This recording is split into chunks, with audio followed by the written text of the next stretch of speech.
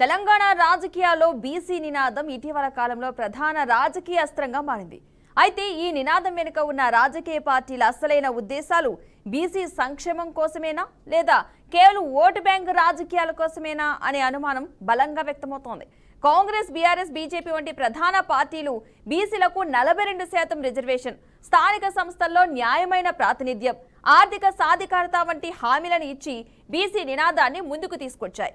అయితే ఈ పార్టీలు బీసీ సంఘాలు, నాయకులను తమ రాజకీయ ప్రయోజనాల కోసం వినియోగిస్తున్నాయనే అభిప్రాయం సామాజిక కార్యకర్తలు, విశ్లేషకులు అభిప్రాయాలు వ్యక్తం చేస్తున్నారు. 2023 అసెంబ్లీ ఎన్నికల సమయంలో కాంగ్రెస్ 42% బీసీ రిజర్వేషన్ హామీతో అధికారంలోకి వచ్చింది. కానీ ఈ హామీ అమల్లో ఇప్పటికీ ఆలస్యం. కేంద్రంతో సమన్వయ లోపం కనిపించడంతో విమర్శలు ఎదురవుతున్నాయి. బీఆర్ఎస్ తమ పాలనలో బీసీలకు అమలు చేసిన సంక్షేమ పథకాలను ప్రస్తావిస్తూ కాంగ్రెస్ ను విస్మరిస్తోంది. ఇక స్థానిక ఎన్నికల్లో బీసీలకు 42% రిజర్వేషన్ అమలుపై చిత్తశుద్ధి చూపలేదని మరోవైపు బీఆర్ఎస్ ఆరోపిస్తోంది.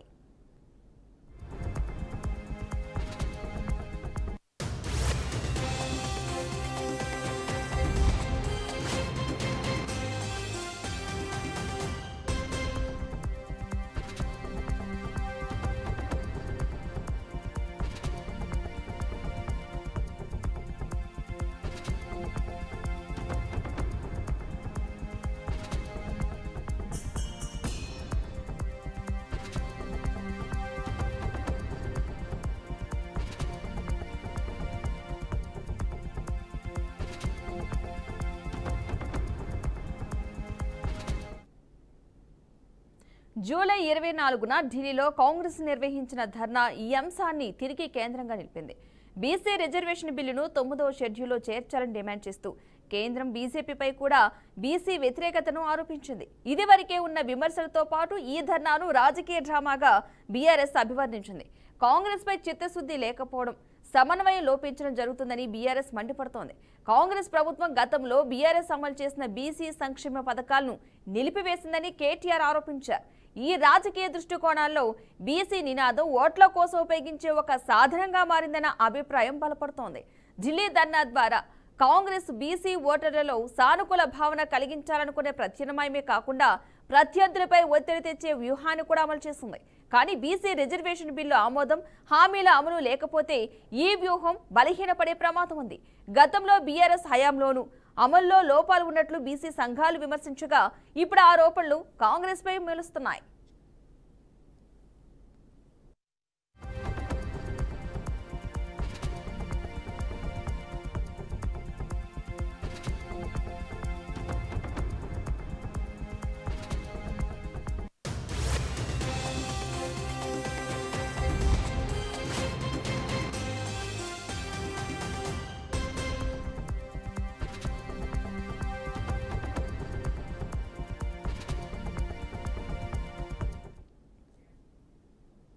సమగ్రంగా చూస్తే బీసీ నినాదం తెలంగాణ రాజకీయాల్లో ప్రభావవంతమైన ఆయుధంగా మారినప్పటికీ దాని విజయాన్ని మార్చే అంశం మాత్రం పార్టీలు తీసుకునే చట్టపరమైన, పారదర్శకమైన చర్యలపైన ఆధారపడి ఉంటుంది. కాంగ్రెస్ ఢిల్లీ ధర్నా ఒకవైపు బీసీ సమాజంలో తమ బలాన్ని మెరుగుపరచాలన్న రాజకీయ ప్రయోజనంగా కనిపిస్తుండగా, ఇతర వైపు బీజేపీ, బీఆర్ఎస్లను ఒత్తిడిలోకి తేవాలనే వ్యూహంగా కూడా కనిపిస్తోంది. అయితే బీసీ సమాజానికి హామీల అమలు జరిగితేనే ఈ నినాదం సార్థకమవుతోంది. లేకపోతే బీసీలు రాజకీయ వ్యవస్థ పట్ల నమ్మకం కోల్పోయే ప్రమాదం కూడా ఉందంటున్నారు రాజకీయ విశ్లేషకులు. తెలంగాణ రాజకీయాల్లో బీసీ నినాదం మదిలో ఉన్న మరో అంశం బీసీల విస్తృత వర్గీకరణ. బీసీలను ABCD కేటగిరీలుగా విభజించి ఉపవర్గాలకు ప్రత్యేక ప్రాధాన్యం ఇవ్వాలనే డిమాండ్లు బలంగా వినిపిస్తున్నాయి. కొన్ని సంఘాలు తమ వర్గాలు సరైన ప్రాతినిధ్యం లేక ఇబ్బందులు పడుతున్నాయని ఆరోపిస్తున్నాయి. ఇటువంటి వర్గీకరణపై ప్రభుత్వం స్పష్టత ఇవ్వకపోవడం వర్గాల మధ్య విభజన మరింత పెరిగే ప్రమాదం ఉందని సామాజిక శాస్త్రవేత్తలు హెచ్చరిస్తున్నారు. రాజకీయ పార్టీలు ఉపవర్గాల మద్దతు కోసం వేర్వేరు హామీలు ఇస్తుండడం వల్ల మొత్తం బీసీ సమాజం సమగ్రంగా న్యాయం పొందాలన్న లక్ష్యం దూరమవుతుందన్న విమర్శలు వస్తున్నాయి.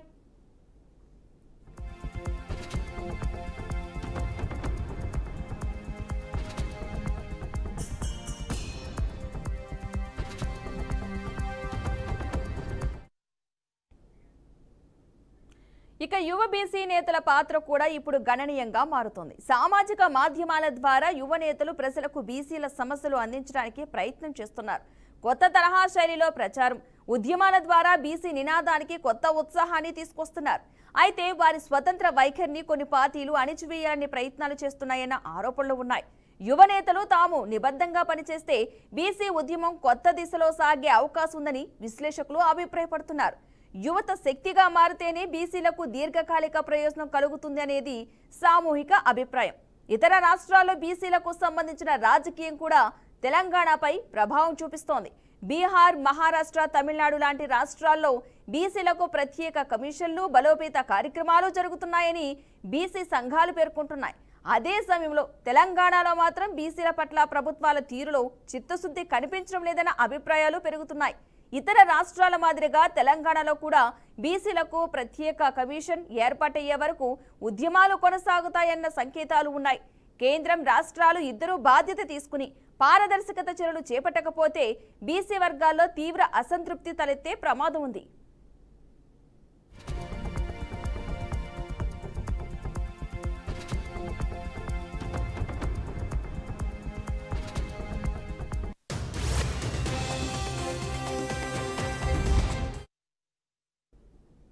రైట్, ఇదే అంశానికి సంబంధించి మనతో మాట్లాడడానికి మరింత విశ్లేషణ, వివరణ అందించడానికి జూమ్ లైవ్ లో సిద్ధంగా ఉన్నారు అనలిస్ట్ వెంకటేశ్వర గారు. నమస్తే అండి.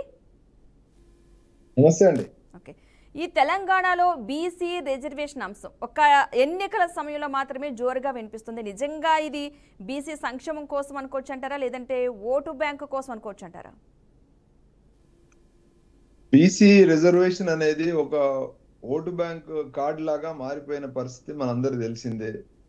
ఈరోజు వాళ్ళ సంఖ్యాపరంగా వాళ్ళ యొక్క ఓట్ల సంఖ్య ఎక్కువ ఉండడం వల్ల వాళ్ళని ఒక ఆయుధంగా మలుచుకునే ప్రయత్నంలో భాగంగా ఇప్పుడు తెలంగాణలో ఈ ప్రయత్నం జరుగుతూ ఉంది. తమిళనాడు విషయానికి వస్తే వాళ్ళది కొద్దిగా విభిన్నమైన రాజకీయం. గత స్వతంత్రం వచ్చిన తొలినాళ్ళ నుండే వాళ్ళ యొక్క విధానాల్లో తేడా ఉంది. వాళ్ళ యొక్క లీడర్షిప్ లోనే విభిన్నమైనటువంటి అప్రోచ్ ఉంది. కాబట్టి అక్కడ కొంత సాధ్యాసాధ్యాల విషయంలో విభిన్నమైన పరిస్థితి ఉంది. కానీ కాంగ్రెస్ ఎంతో కాలం నుండి గతంలో అధికారంలో ఉంది. ఆ తర్వాత మధ్యలో టీడీపీ, పిఆర్ఎస్ లాంటి పార్టీలు కూడా అధికారంలోకి వచ్చాయి.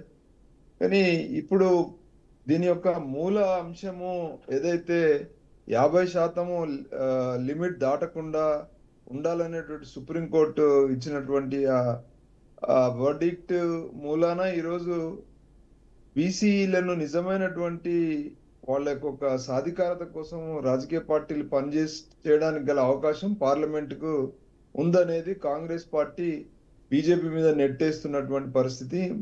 మరి బీజేపీ ఏమో మీరు ఒకవేళ అదే కేంద్రానికి పార్లమెంట్ లో అవకాశం ఉంటే మీరు ఎందుకు రాష్ట్రంలో ఈ హామీ ఇచ్చారని కాంగ్రెస్ పార్టీని బీజేపీ అడుగుతుంది. ఈ రెండింటి మధ్యలో బీఆర్ఎస్ పార్టీ వాళ్ళు కూడా బీసీలకు పర్సంటేజ్ ఇవ్వడంలో సుముఖంగా ఉన్నాం అని చెప్పే ప్రయత్నంలో భాగంగా చాలా పెద్ద ఎత్తున రాజకీయాల్లో వాళ్ళు చేస్తున్నటువంటి ధర్నాలు కావచ్చు, ప్రజల్లోకి వెళ్ళి చేస్తున్నటువంటి హామీలు కావచ్చు, విమర్శలు, ప్రతి విమర్శలు, ఇవన్నీ కూడా నిజమైనటువంటి ఇక్కడ వాళ్ళ యొక్క మనుగడ కోసం చేస్తున్నటువంటి ప్రయత్నాలే ఎక్కువ కనబడతా ఉన్నాయి. నిజంగా ఈరోజు ఆయా పార్టీలలో జరుగుతున్నటువంటి బీసీ నాయకత్వాల మధ్యలో, అంటే నేనేది అది కాంగ్రెస్ కానీ, బీఆర్ఎస్ కానీ, బీజేపీ కానీ, ఈ పార్టీలో ఉన్న బీసీల విషయానికి వస్తే వాళ్ళు కూడా నిజంగా కలిసికట్టుగా ఏ పార్టీలో ఉన్నా కూడా చిత్తశుద్ధితోని దాన్ని ముందు తీసుకెళ్లాలనేటువంటి అభిప్రాయం వాళ్ళకు కూడా ఉన్నట్టు కనపడడం లేదు. ఉంటే ఈరోజు సాధ్యాసాధ్యాల విషయంలో, పార్టీలు ఇస్తున్న హామీల విషయంలో, చేయాల్సినటువంటి వాళ్ళు తీసుకోవాల్సినటువంటి చర్యల విషయంలో, ఏ ప్రయత్నాల విషయంలో బీసీలు, అన్ని పార్టీలు ఉన్న బీసీలలో ఏకాగ్రత, ఐక్యత లేదేమన్న ఒక భావన కూడా ఇలా మనకు అర్థమవుతుంది. వర్గాలు విభజన విషయంలో న్యాయం చేయాలనేటువంటి డిమాండ్ ఈరోజు మరి మనం చూస్తే అది నిజంగా అంటే మనకు ఏదైతే ఈరోజు పార్టీల మధ్యలో చర్చలు జరుగుతున్నాయో చర్చలకి ఇక్కడ జరుగుతున్నటువంటి ఆ ఈ వాస్తవికతకు చాలా వ్యత్యాసం ఉంది. మనం మొన్నే చూసాము. ఇప్పుడు ఢిల్లీలో ధర్నాకు దిగినట్టు కాంగ్రెస్ పార్టీ మరి పార్లమెంట్ లో ఇక్కడ 8 మంది ఎంపీలు వీళ్ళకున్నారు, 8 మంది ఎంపీలు వాళ్ళకున్నారు. మరి ఈ విషయంలో ఈ పార్లమెంట్ లో చర్చ కోసము మరి పూనుకుంటే కాంగ్రెస్ బీజేపీ రెండు కలిస్తే ఇమ్మీడియట్ గా తెలంగాణలో బీసీ రిజర్వేషన్ కి అవకాశం అట్లీస్ట్ ఒక ప్రయత్నం జరుగుతుంది. ఊరికే ఇక్కడ గల్లీ రాజకీయాలు చేయడం, నిజమైనటువంటి పార్లమెంట్ లో తీసుకోవాల్సిన చర్యల విషయానికి వస్తే మాత్రం అక్కడ నిజమైనటువంటి ప్రయత్నం జరిగినట్టు ఎక్కడ కూడా కనపడడం లేదు. అది కాంగ్రెస్ పార్టీ కావచ్చు లేదా బీజేపీ పార్టీ కావచ్చు. ఇక్కడ స్థానికంగా ఉన్నటువంటి నాయకులు వెళ్ళి ఢిల్లీలో హడావిడి చేసినంత మాత్రాన నిజంగా పార్లమెంట్ లో చర్చకు తీసుకొచ్చి దాన్ని సాధ్యాసాధ్యాల విషయంలో వాళ్ళ యొక్క అభిప్రాయాల విషయంలో ఒక స్పష్టత తీసుకొచ్చే విషయంలో మాత్రం పూర్తిగా కొరబడింది అనేది మనందరికి అర్థమైనటువంటి విషయం. మరి దీనికి సమాధానం చెప్పే బదులుగా ఒకరి మీద ఒకరు విమర్శలు చేసుకోవడానికి మాత్రం టైం వెచ్చిస్తున్నారు, కానీ నిజమైన ప్రయత్నాలు జరగడం లేదనేది మనందరికి తెలిసిన విషయమే. ముఖ్యంగా బీసీల్లో కూడా ఏబిసిడి వర్గాల మధ్యలో కూడా ఆ విభజన వ్యవహారంలో కూడా చాలా వ్యత్యాసాలు ఉన్నాయి. ఈరోజు ముస్లిం వ్యవహారంలో కానీ ఇతర మతాలు ఇతర వర్గాలకు సంబంధించిన బీసీలలో సమన్యాయం, అది వాళ్ళకి కావాల్సినటువంటి ఒక స్పష్టత అనేది అది కూడా లోపించింది. దానికి అక్కడ కూడా ఏ బీసీ వర్గాలకైతే ఎక్కువ సంఖ్య ఉందో వాళ్ళ మధ్యలో మిగతా బీసీ వర్గాల మధ్యలో సంఖ్యాపరంగానే తీసుకోవాలా. సంఖ్యాపరంగా తీసుకుంటే మరి నిజంగా మరి మొన్న కులగణన వివరాలు ఎందుకు బహిర్గతం కావట్లేదు, ఎందుకు కమిషన్ ద్వారా ఒక ప్రోటోకాల్ ద్వారా రాజ్యాంగబద్ధంగా ఎందుకు చేయలేకపోతున్నారు, చేస్తే అది బహిర్గతం ఎందుకు చేయలేకపోతున్నారు, దాని మీద ఎందుకు న్యాయబద్ధమైన చట్టబద్ధమైన చర్యలు చేపట్టడం లేదని ప్రశ్నకు సమాధానం ఇప్పటివరకు రాష్ట్ర ప్రభుత్వం ఇవ్వకపోవడం, మరి నిజంగా ఈ కుల గణాంకాల ప్రాతిపదికన అక్కడ పార్లమెంట్ లో వీటికి ఎంతవరకు నిజమైన న్యాయబద్ధత చట్టబద్ధత ఉందనే దాని మీద కూడా స్పష్టత లేకపోవడం, ఇవన్నీ వ్యవహారాలు చూసుకుంటే ప్రభుత్వం ఒక పక్కన రాష్ట్రంలో ఉన్న ప్రభుత్వం, కేంద్రంలో ఉన్న ప్రభుత్వం, అపోజిషన్ పార్టీలు వాళ్ళ యొక్క రాజకీయ మనుగడ కోసం పార్టీల నిజంగా వాళ్ళను బీసీ ఓటు బ్యాంకును గతంలో ఎలా అయితే ఎన్నికల్లో వాడుకొని ముందుకు వాళ్ళ యొక్క అధికారంలోకి వచ్చారో అదే రీతిలో ఇప్పుడు రేపు స్థానిక సంస్థల్లో కూడా వాడుకోవడానికి మాత్రమే పరిమితం అయ్యే పరిస్థితిలో ఇప్పటి వరకు మనకు కనబడుతున్నాయి. కానీ ఎక్కడ కూడా ఒక నిజంగా చిత్తశుద్ధిగా పని జరుగుతుందనేటువంటి నమ్మకం లేదు. మరి రేపొద్దున స్థానిక సంస్థల్లో మరి ఏ పార్టీలు ఏ రకంగా, ఒక పక్కన కాంగ్రెస్ అంటుంది మరి మేము హైయెస్ట్ మేము ఇస్తాము స్థానిక సంస్థల్లో బీఫామ్లు అంటుంది, కానీ అది చట్టబద్ధత కాదు కదా అనేది మిగతా పార్టీలు వాదిస్తున్నటువంటి విషయం. అది మ్యాండేట్ కాదు కదా, అది అక్కడ స్థానికంగా అన్ని బీసీ సంఘాలకు ఆ నాయకత్వం మరి ఉంటే మరి వాళ్ళు నెగ్గే పరిస్థితిలో ఉన్నారు. ఎందుకంటే సీట్లు ఇవ్వడం ఒక ఎత్తు అయితే ఆ పార్టీని కాపాడుకొని నెగ్గించుకోవడం అనేది ప్రధాన అంశంగా మారింది. ఆ ప్రధాన అంశానికి మూలం పార్టీ మనుగడే కాబట్టి పార్టీ మనుగడకు ఉన్నటువంటి ప్రాధాన్యత బీసీ సంఘాలకు న్యాయం జరగాలి, బీసీలకు రాజ్యాధికారం ఇవ్వాలి అనేటువంటి విషయంలో మాత్రం ఏ ఒక్క పార్టీకి చిత్తశుద్ధి లేదు. మరి దీని విషయంలో కేంద్ర రాష్ట్ర ప్రభుత్వాలే కాదు అన్ని వర్గాలు అన్ని పార్టీలలో ఆ క్లారిటీ తీసుకురావడానికి కోసం జరుగుతున్న ప్రయత్నాల్లో కూడా చాలా లోపాలు ఉన్నాయని చెప్పుకోవచ్చు. మరి నిజమైనటువంటి సాధ్యాసాధ్యాల విషయంలో చర్చించడానికి ఉన్న నిజమైనటువంటి అడ్డంకుల విషయంలో ఇప్పటి వరకు చర్చ జరగలేదు. ఒక పక్కన ఓటు బ్యాంక్ రాజకీయాలను వ్యతిరేకించి వాస్తవాలు మాట్లాడే దమ్ము ధైర్యం ఏ పార్టీకి ఏ నాయకత్వానికి లేకపోవడం కూడా ఇందులో మరో కారణంగా మనం చూస్తా ఉన్నాం. ఎందుకంటే ఇదంతా కూడా స్వయం కృపారాధంగా మారింది. ఇది వాళ్ళ యొక్క గతంలో తీసుకున్నటువంటి ఈ బీసీ నినాదం ద్వారా వాళ్ళు లాభపడి పార్టీలు అధికారానికి రావడానికి వాడుకున్నటువంటి పరిస్థితిని ఈరోజు అధిగమించి వాస్తవాలు చెప్పే పరిస్థితి కూడా వాళ్ళ దగ్గర లేకపోవడం కూడా ఒక ఇక్కడ ఒక ప్రధాన అంశంగా మనం చూడాలి.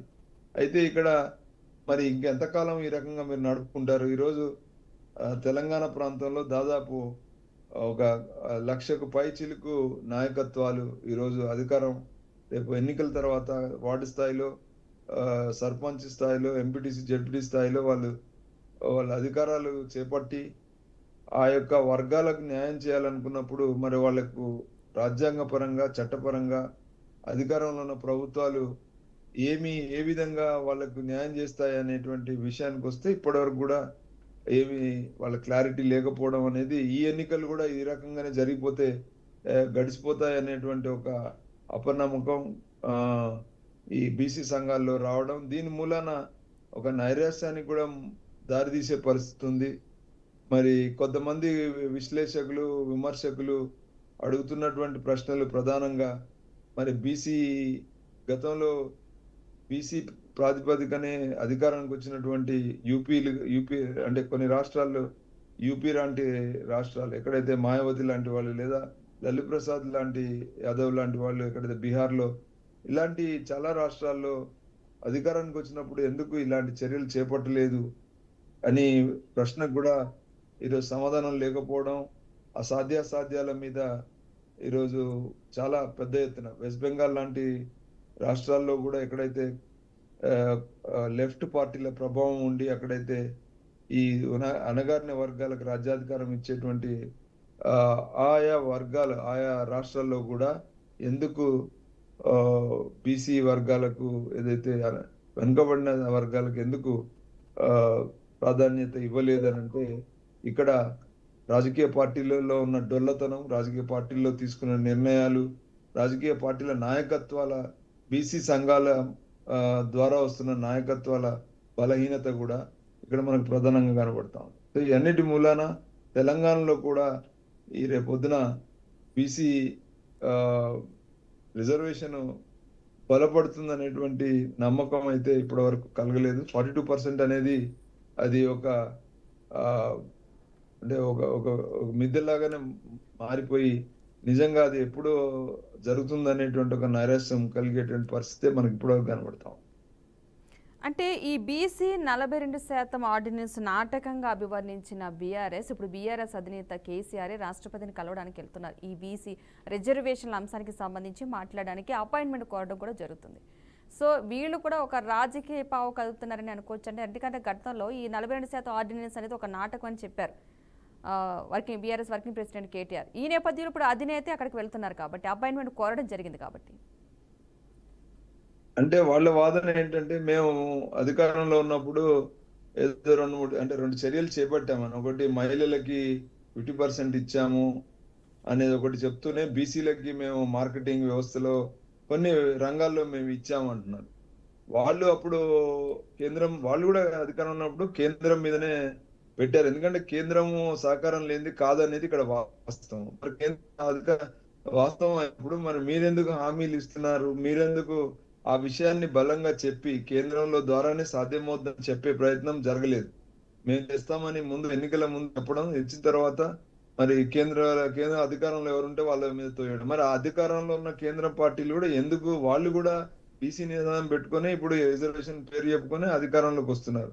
మరి వాళ్ళు మీరు కలిసి ఎందుకు దీన్ని బలపరచరు అనే దానికి మాత్రం ఎవరు సమాధానం చెప్పడం లేదు.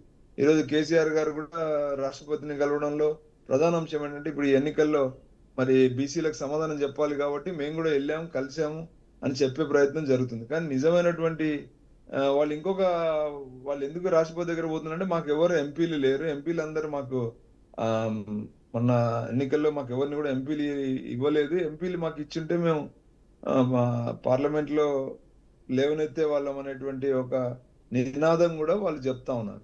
సో ఎన్ని అంశాల మీద వాళ్ళు మాట్లాడుతూ నేను రాష్ట్రపతిని ప్రయత్నం చేస్తామని చెప్తా ఉన్నారు. సో ఇవి కూడా ఏంటంటే, ఓకే ఎవరి ప్రయత్నం వాళ్ళు చేస్తా ఉన్నారు, మా ద్వారా వస్తుంది రావాలనే ఒక వ్యవహారం మాట్లాడుతున్నారు. కానీ అందరికందరు కలిసి మరి ఎందుకు దీన్ని ముందుకు తీసుకెళ్లి సాధించలేకపోతున్నారు అనే దానికి మాత్రం ఎవరు సమాధానం చెప్పే పరిస్థితి లేదు. ఇంకెంతకాలం వేచి చూడాలనేది కూడా సమాధానం లేదు. అంటే రాజకీయ పార్టీల హామీలు పలుమార్లు ఇలా వాయిదా పడడం వల్ల బీసీ వాళ్ళకి అంటే ఇవి రాజకీయ పార్టీల మీద నమ్మకం కోల్పోయే ప్రమాదం లేకపోలేదంటారా? ఇలా పదే పదే ప్రతి ఒక్క పార్టీ అడిగే క్వశ్చన్ అదే అయినా సరే ఒకరి మీద ఒకరికి నెపం నెట్టే ప్రయత్నం చేస్తున్నారు కాబట్టి. అంటే బీసీలు ఈరోజు రాజకీయ పార్టీలు బీసీ నినాదంతోనే ఓడగొట్టే పరిస్థితి ఉందా అంటే దానికి ఆ పరిస్థితి ఉంటే పార్టీలన్నీ భయపడతాయి. అంటే బీసీ నాయకత్వం అంత బలంగా మీరు మాకు బీసీ రాజ్యాధికారం ఇవ్వకపోతే మనం ఓడగొడతాం అనేటువంటి మాట చెప్పినప్పటికీ నిజంగా అమల్లో ఓటర్లు అందరినీ ఇన్ఫ్లుయెన్స్ చేసి ఆ నినాదం మీద ఓడగొడతారనేటువంటి ప్రశ్న వేస్తే అది ఆ పరిస్థితి ఉంటే డెఫినెట్ గా పార్టీలు భయపడి మెడలోంచి పనిచేసే వాళ్ళేం. కానీ ఆ పరిస్థితి లేదు అనేది కూడా అర్థమవుతుంది. ఉంటే ఎందుకు తాత్సారం చేస్తాయి రాజకీయ పార్టీలు అనేది కూడా ఒక ప్రశ్న. ఇక్కడ ఈ ప్రశ్నకి సమాధానం బీసీ సంఘాలు చెప్పాలి. మీరు ఇంత నినాదం చేస్తున్నా ఎందుకు వాళ్ళు ఇవ్వలేక ఎందుకు తాత్సారం చేస్తున్నారు అంటే మీలో కూడా ఆ నాయకత్వ లోపం కొంత ఐక్యంగా పోరాడేటువంటి లోపాలు ఉన్నాయి. మరి తమిళనాడు లాగా కింది ఓటు బ్యాంకులు అన్నిటినీ దాని ప్రాతిపదికనే నిలబెట్టి ఓట్లు వేయించే పరిస్థితి ఉందా అని ప్రశ్నకు సమాధానం వాళ్ళు చెప్పాలి. ఎందుకంటే ఉంటే మరి రాజకీయ పార్టీలు ఎందుకు ఇంత దారుణంగా వ్యవహరిస్తాయనే దానికి సమాధానం దొరుకుతుంది మనకు. అంటే ఇక్కడ ఏంటంటే ఇతర రాష్ట్రాల్లో బీసీల కోసం ఏర్పాటైన కమిషన్లు తెలంగాణలో ఎందుకు ఏర్పడలేదు అనే ఒక క్వశ్చన్ అయితే బాగా ఉత్పన్నం అవుతుంది కదా. మరి దీన్ని ఏ విధంగా చూడాలంటారంటే ఇక్కడున్న బీసీల మధ్య సమైక్యత లేకపోవడం, యువత కూడా ఈ మధ్య కాలంలో చాలా చురుగ్గానే పాల్గొంటున్నారు కాబట్టి. అంటే ఇప్పుడు బీసీ నినాదంతోనే ఓట్లు పడతాయనే ఒక భావన పార్టీలో లేకపోవడం, మిగతా ఎన్నో విషయాలు ఉన్నాయి. మేము ఫీబీ స్కీమ్స్ ఇస్తున్నాము, ఇంకా మిగతా అంశాలు ఉన్నాయి చాలా. ఓన్లీ బీసీల నినాదంతోనే ఒకవేళ బీసీల నినాదం గెలిచే అంటే ఓడిపోతాము బీసీ ఇవ్వకపోతే అనే భావన ఉంటే ఖచ్చితంగా వీళ్ళందరూ ఇవ్వాల్సిన పరిస్థితిలో ఉండేదేమో. కానీ అది లేదని మనకు అర్థమవుతుంది. ఎందుకంటే బీసీలందరూ కూడా ఈరోజు ఆ బీసీల మధ్యలో ఏబిసిడి మధ్యలో కూడా కొంత వ్యత్యాసాలు ఉన్నాయి. ఏబిసిడి వర్గాల మధ్యలో కూడా ఏ వర్గానికి ఎంత ఇవ్వాలనే ఒక క్లారిటీ కూడా లేకపోవడం, రాజ్యాంగబద్ధంగా దీని గణాంకాలు కానీ దీని యొక్క స్పష్టత లేకపోవడం, వాళ్ళ ఆర్థిక మూలాల మీద కూడా స్పష్టత లేకపోవడం, నిజంగా రాజ్యాధికారానికి రావాల్సిన ఎందుకు బీసీలకు రాజ్యాధికారం ఇవ్వాలి అని ఒక ప్రశ్న అడిగితే నిజమైనటువంటి సాధికారత అంటే ఏంటి అని డిఫైన్ చేయడంలో కూడా బీసీలు వెనుకబడిపోయారని మనం అనుకోవచ్చు. నిజమైనటువంటి కొద్దిమంది మీడియాలు, కొద్దిమంది బీసీ నాయకులు చేస్తున్న హడావిడి పూర్తిగా ఓట్ బ్యాంక్ గా మారే పరిస్థితి తీసుకొచ్చే పరిస్థితి ఉంటే పార్టీలు ఎందుకు భయపడవు, ఎందుకు దీని మీద పనిచేయవు అనే ప్రశ్నకి సమాధానం బీసీ నాయకులు చెప్పే పరిస్థితిలో లేరు. అందుకని యువత వచ్చినా కొద్దిమంది వచ్చినా ఈ హడావిడి చేసినా వాళ్ళ యొక్క ఓటు బ్యాంకు కొన్ని సందర్భాల్లో కాంగ్రెస్ లాంటి పార్టీ పూర్తి ఇప్పుడున్న స్థానిక సంస్థలు బీసీ చుట్టే తిప్పినప్పటికి కూడా వాళ్ళు ఎవరు దీని ద్వారా పూర్తిగా బీసీలకు న్యాయం జరుగుతుందని నమ్మకం లేదు. ఎందుకంటే ఇందులో అన్ని పార్టీలు కూడా ఓటు బ్యాంకుకి ఇచ్చిన ప్రాధాన్యత నిజమైన సాధికారతకు ఇవ్వడం లేదనేది స్పష్టంగా అర్థమవుతుంది. ఇచ్చే పరిస్థితి లేదనేది కూడా మనకు అర్థమవుతుంది. లేకపోవడానికి 2-3 కారణాల్లో బలమైన కారణం ఏంటంటే ఓటు బ్యాంకు మొత్తము బీసీ చుట్టే తిరుగుతుందా అని ప్రశ్నిస్తే దానికి సమాధానం చెప్పే పరిస్థితి బీసీ నాయకులు లేరు అనేది కూడా అర్థమవుతుంది. Okay, right. థ్యాంక్ యూ అండి వెంకటేశ్వర గారు, మంచి వివరణ విశ్లేషణ అందించినందుకు. రైట్, మొత్తంగా చూస్తున్నాం ఈ బీసీ రిజర్వేషన్ అంశం అయితే చాలా హాట్ టాపిక్గా మారింది అనుకోవాలి. ఏ పార్టీకి ఆ పార్టీ ఓటు బ్యాంక్గా చూస్తున్నాయి తప్ప నిజంగానే ఆ బీసీ రిజర్వేషన్ అంశం కొలిక్కి వస్తుందా, దీనిపై నిజంగానే అనుకున్నట్టుగా 42% రిజర్వేషన్ బీసీలకు దక్కుతుందా లేదా వేచి చూద్దాం.